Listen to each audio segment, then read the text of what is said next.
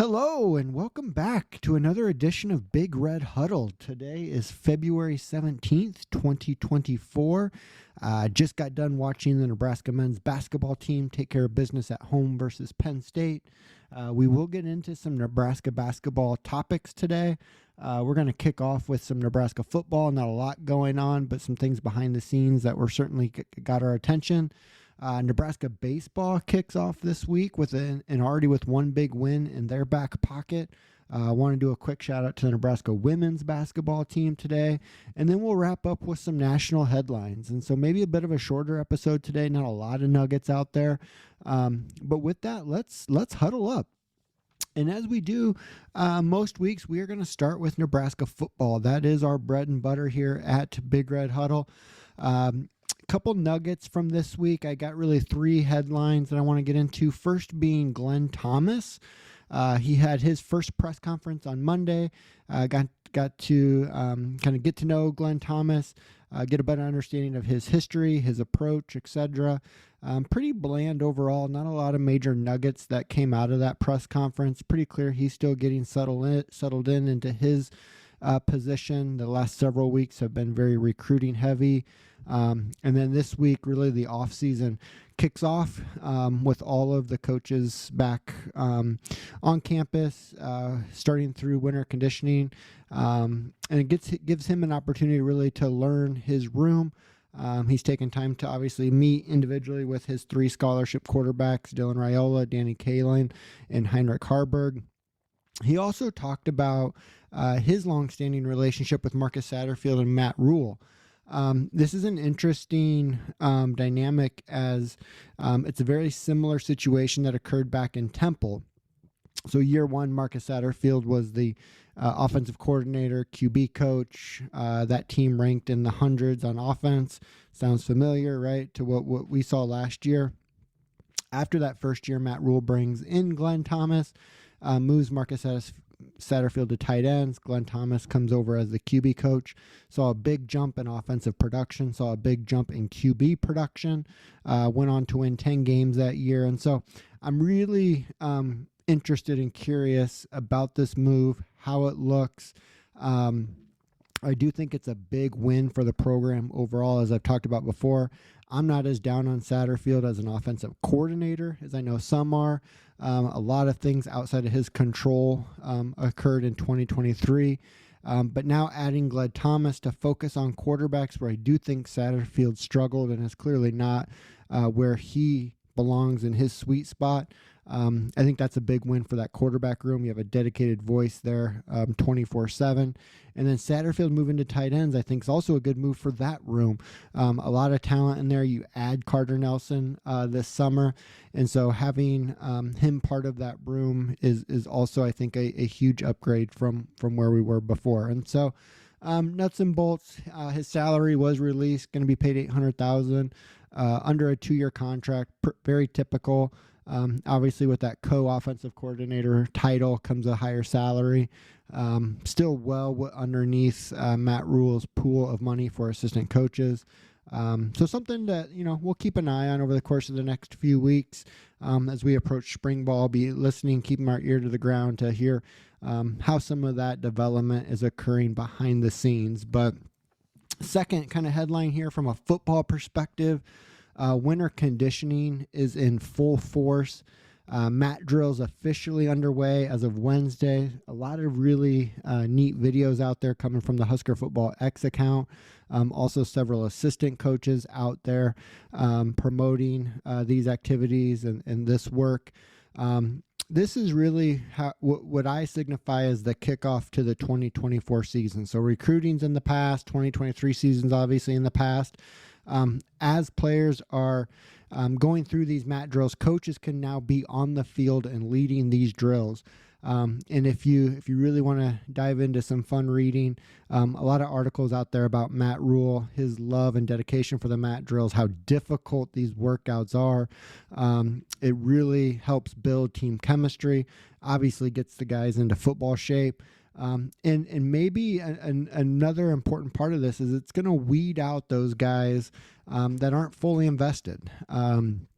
These workouts are no joke. You've got people out there puking, passing out. And so for those individuals to go through this and put their bodies, through these types of exercises, you really got to be invested. And with that, we've already seen some attrition on the roster. First being, and probably most prominently being, Corey Collier, a safety who transferred in last year from Florida. He's no longer on the roster. What was really interesting with Corey Collier, he came in as a high 4-star, even a fringe 5-star out of Florida. He started the spring game, which really caught my attention. I didn't necessarily expect that. So they were really high on him in the spring.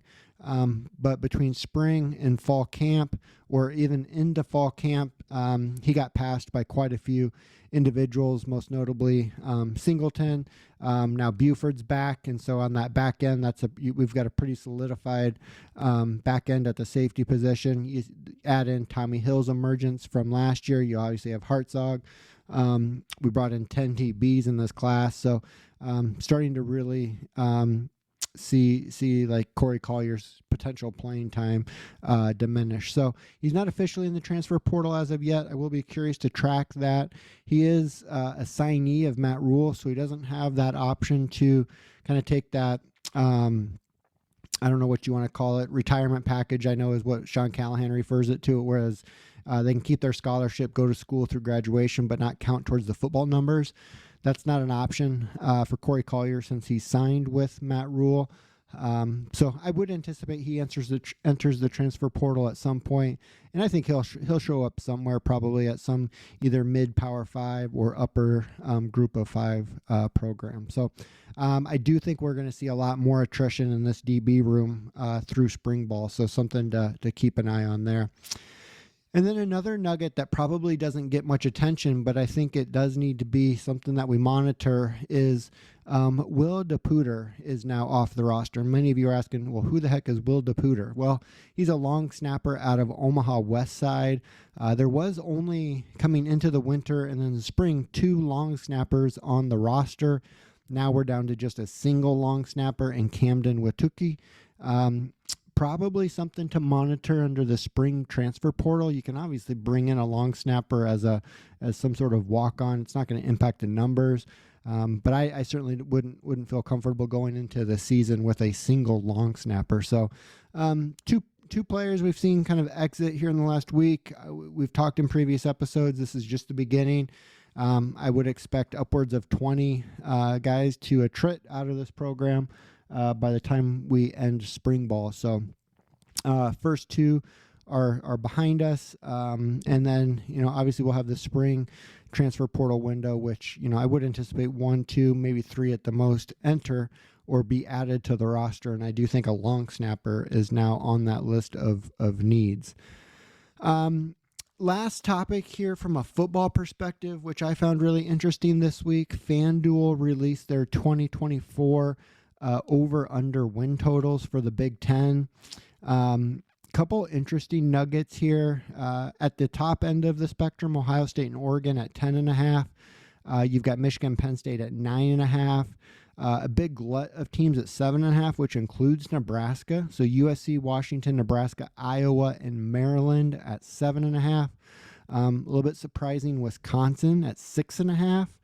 And then you got your bottom feeders here at 5.5 and 4.5 respectively: Rutgers, Northwestern, Michigan State, UCLA, Illinois, Indiana, Minnesota, and Purdue. So from a Nebraska perspective, I think that 7.5 is right on the mark. I can see this team anywhere from probably their ceilings 9-3, their floors probably 5 and 7. If I was projecting today, I'd probably have them at 7 and 5.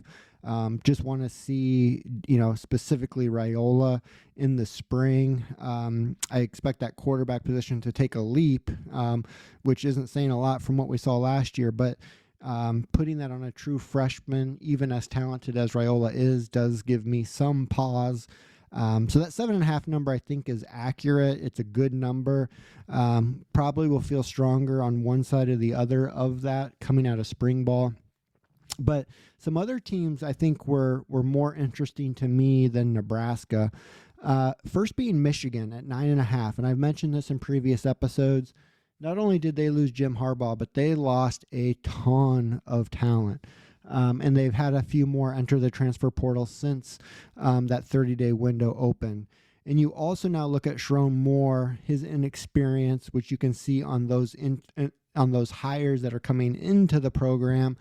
In my mind, 9.5 is way too high. I think 8-4 is probably more where Michigan belongs. I could even see them at 7-5. Their schedule is brutal next year. And so go take a look at that schedule. Think about where the coaching losses. They could have up to 18 guys drafted, which would be a record. 9.5 is ridiculous for Michigan. A couple others. Iowa at 7.5 seems incredibly low to me. They've got almost their entire production back on the defensive side of the ball. Cade McNamara should be back at quarterback. Obviously bringing in a new offensive coordinator there. 7.5 seems low to me. They don't have an overly difficult schedule, probably a little bit tougher than Nebraska's, but still not a gauntlet like a Michigan or even a UCLA. So 7.5 there seems low.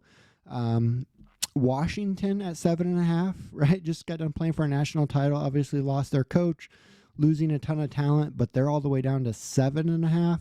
I wouldn't touch that. I have no idea what to expect out of Washington, but that's just an interesting number to me. And then the last one, UCLA at 5.5. Just an absolute brutal schedule, which we're going to talk about here shortly in our national headlines. I would go under all day at UCLA at 5.5. So something that, it'd be interesting to track over the offseason how these numbers fluctuate. But always fun to get those early numbers in February. Gets a good talking point. For Nebraska, though, 7.5.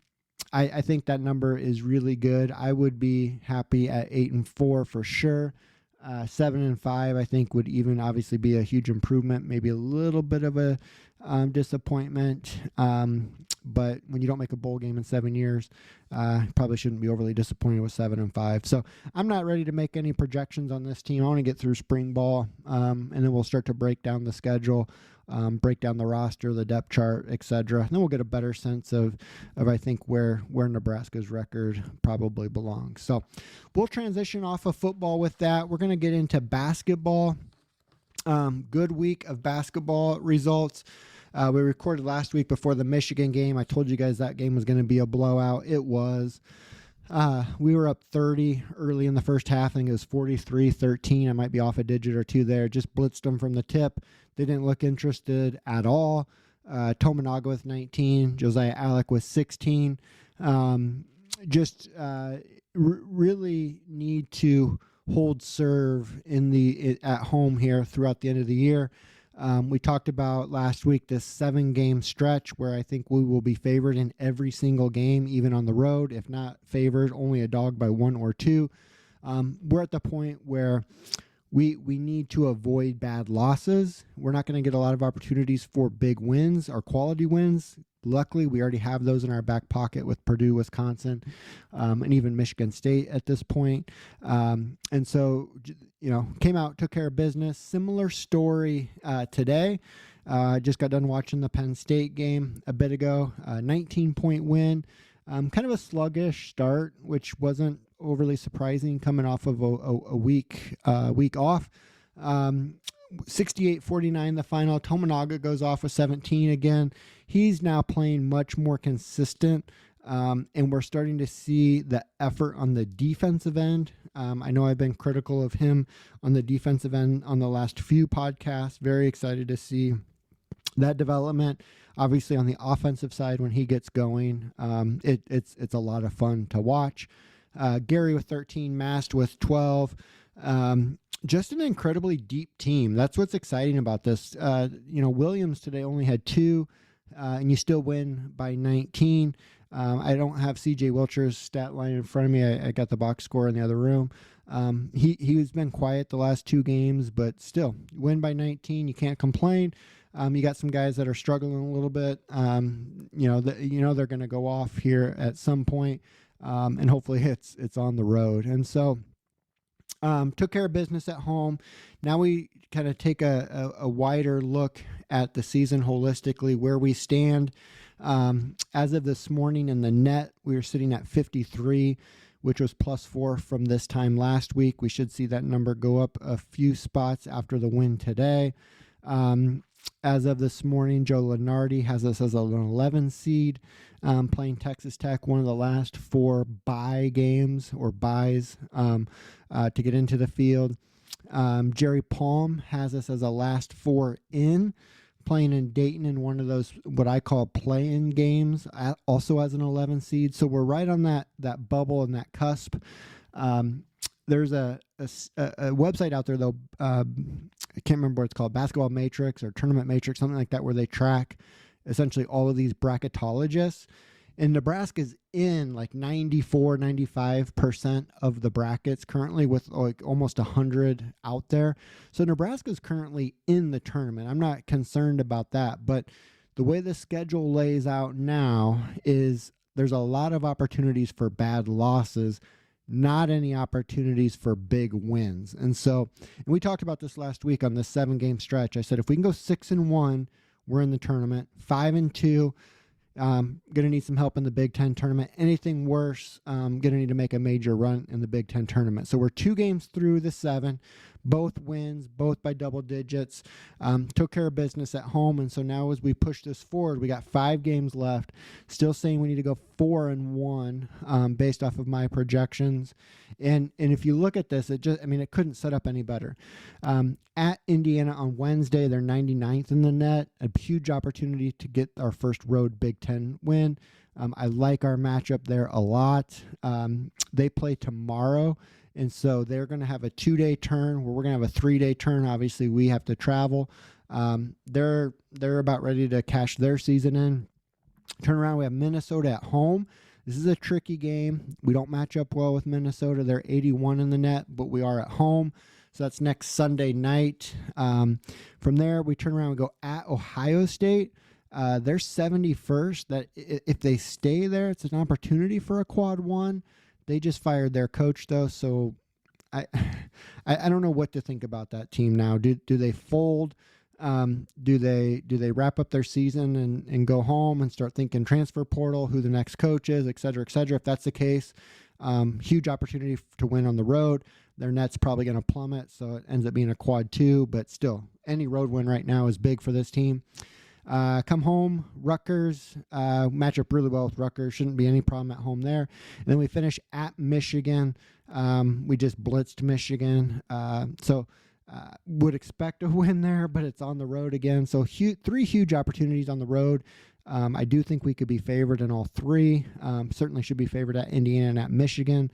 We'll see at Ohio State. But again, 7-game stretch. We're 2-0. I'm thinking 6-1 gets us in. And so a huge opportunity here for the men. On the women's side, though, I do want to take just 30 seconds and call out last Sunday, Nebraska women take down Iowa 82-79. I don't watch a lot of women's basketball. I watched this one from tip to finish. I couldn't have been more proud of a Nebraska sporting team than the Nebraska women last Sunday. You had the entire country watching on Big Fox. The entire country outside of Nebraska fans were there to watch Caitlin Clark break the record. Iowa's up 14, I think is the number, going into the fourth quarter. Caitlin Clark only needs 8 points to break the record. And just an incredible fourth quarter by the Nebraska women, Josh Shelley specifically. Several huge shots there. Caitlin Clark goes 0 for 6 from the floor, doesn't score in the fourth quarter for the first time in her career. Nebraska women come back, win by 3. Obviously a huge win for their tournament aspirations. But more importantly, didn't allow Caitlin Clark to break the record on our floor in our house. And we get a huge win for our resume. Huge fan here, Caitlin Clark. I'm not going to say anything negative about her, but I really didn't want her to get that record on our floor. So huge shout out to the Nebraska women last Sunday. That was incredibly fun, and another fun team to follow. So that's basketball this week. Transition here to Nebraska baseball. Nebraska baseball, it's what, February 17th, and we're already playing baseball. You got to love it. Spring's right around the corner. Kicked off their season this weekend in Arlington, Texas at Globe Life Field, the home of the World Series champion Texas Rangers. Watched the game last night or yesterday, Friday versus Baylor. Big first win of the year, 4-1. Historically, obviously, as a northern team, as we travel south on these early weekends, we really struggled against some of these better teams. And so to get a win there to kick off the season was huge. Now, Baylor's picked on the bottom third of the Big 12 standings, but obviously have quite a bit of talent there. And so to get that win is big. Brett Sears with a great outing, 5 1/3, 7 Ks, 1 earned run. Bullpen came in and really dominated. Tucker Timmerman, Kyle Perry, and Casey Daisy, extremely strong, shut the door there. Lineup took a while to get going here, which isn't unexpected with a northern team coming in and facing live pitching for sometimes the first time. 14 strikeouts overall through the lineup, but we came on late. Dylan Carey, 2 big hits, 2 doubles, 2 RBIs. Garrett Anglum came in late for defensive purposes, and then he had an opportunity at the plate, hit a solo shot to provide insurance. So huge win for the baseball team. Another game today, later this afternoon versus Texas Tech. They're 21st in the country. They lost to Tennessee last night. And then Sunday versus Oklahoma. And so I thought coming into this weekend, let's just find a way to get one from these Big 12 schools. We've already got the one, so now let's get greedy, right? Let's get one more. And I think those would be huge wins as we look at the RPI later in the year. So we'll be following that this weekend. And then next weekend, they travel out to Phoenix for a 4-game set versus Grand Canyon. Don't know much about Grand Canyon. We'll start to research them later this week, but that series kicks off on Thursday and then goes through Sunday. And so Nebraska baseball is off and running, and that ballpark is fun to attend when Will Bolt can get that thing moving forward. So excited for that, and we'll continue to follow. All right, let's wrap up with some national storylines. 3 headlines here before we wrap up. First off, and I mentioned this last week, and I told everybody, I said, keep an eye on it. It's sneaky. It has me worried. But DeShaun Foster ultimately takes the UCLA job. I told you last week, Tony White was a candidate. I'm here to tell you he was a final candidate. Matt Rhule's even been on the radio now saying and confirming that he talked to the UCLA AD. Tony White was in the office late last week, preparing for that interview, talking with UCLA. He really did everything he could to present himself as the best possible candidate. And let's be honest, he's a much better candidate than DeShaun Foster, who's never been a head coach or even a coordinator. But Foster got this job because of his connection with the current roster and his ability to keep the team together. And more than ever, current players have tremendous power on a roster. If Tony White were to have gotten this job, there's no doubt that there would have been an exodus. How big, nobody knows. But by them bringing in and retaining DeShaun Foster, it keeps that group together. I'm bummed for Tony White. He's going to be a head coach. He's going to be a tremendous head coach. He's got all of the qualities I would look for in a head coach. But, this is a huge win for Nebraska. It ensures another year of continuity. Obviously, you don't want to be looking for a defensive coordinator in mid to late February. I think we need to enjoy Tony White this year, because this time next year, I would fully expect him to have a head job somewhere in the country, and I will certainly be following him, as I couldn't be a bigger fan. But as you turn the picture to UCLA, who is an opponent next year, they come to Lincoln in November. They have just an absolutely brutal schedule next year. I'm going to run through this real quick. At Hawaii, home versus Indiana, at LSU versus Oregon, at Penn State versus Minnesota, at Rutgers, at Nebraska, home against Iowa, at Washington, home against USC, and finish off at home versus Fresno State. It's absurd. That's crazy. So as I was talking about over-unders earlier, 5.5 for UCLA, no way. Not going to happen. Love Nebraska in that spot too, with a Southern California team coming to Lincoln in November. It's just brutal. And then you read some things in The Athletic where UCLA's from an NIL perspective is nowhere near competing. They've got under $1 million in total funds for their entire roster. That's a really tough position. And so while I'm bummed for Tony White, I think he can probably get a better job that will set him up for long-term success somewhere else next year. I know that's his alma mater. I know he really wanted that job, but that's a ticking time bomb out there in Southern California. So we'll follow UCLA next year, obviously as an opponent of Nebraska, but just a really interesting choice for them. Pivoting real quick, just an interesting story. I don't have any insight on this. It's just, I've never seen it before. Georgia State head coach Sean Elliott resigned mid-spring practice, 2 practices in, and is taking the tight end job at South Carolina. Not a coordinator job, a position coach job at South Carolina. So Georgia State is forced to suspend spring practices, mid-spring practice after 2, with him leaving.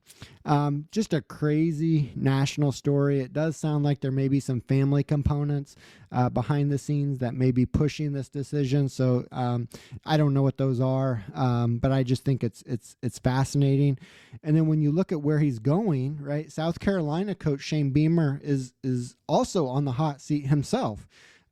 He's just 20-18 in 3 seasons.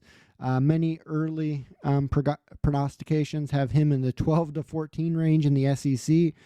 So this could be his last year. And then, as I think of Sean Elliott, you just gave up a head coaching job to take a tight end coaching job, and you might be there 1 year. Just a really head-scratching move overall. And then we'll wrap up with the Super Bowl. So I gave my prediction and breakdown last week. I said Chiefs 27-21. Not too far off. I'll take it. Chiefs 25-22. Game played out very much like I described. 49ers dominated the line of scrimmage early. I was shocked that they went away from the running game later in the third quarter. Where I was certainly wrong, though, is I gave a huge edge in the quarterback game to Mahomes. I just wasn't necessarily a big believer in Purdy in that spot. Huge Purdy fan, but in that spot. First Super Bowl appearance going up against Mahomes. It was his 4th appearance. Purdy's legit. He didn't lose that game at all. He did everything he needed to do to win that game, took care of the ball, made some big time throws.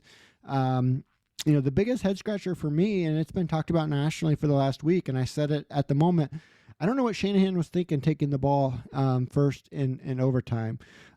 Just not a good look for his squad when you got players coming out and saying they didn't even talk about the new playoff rules, weren't aware of them.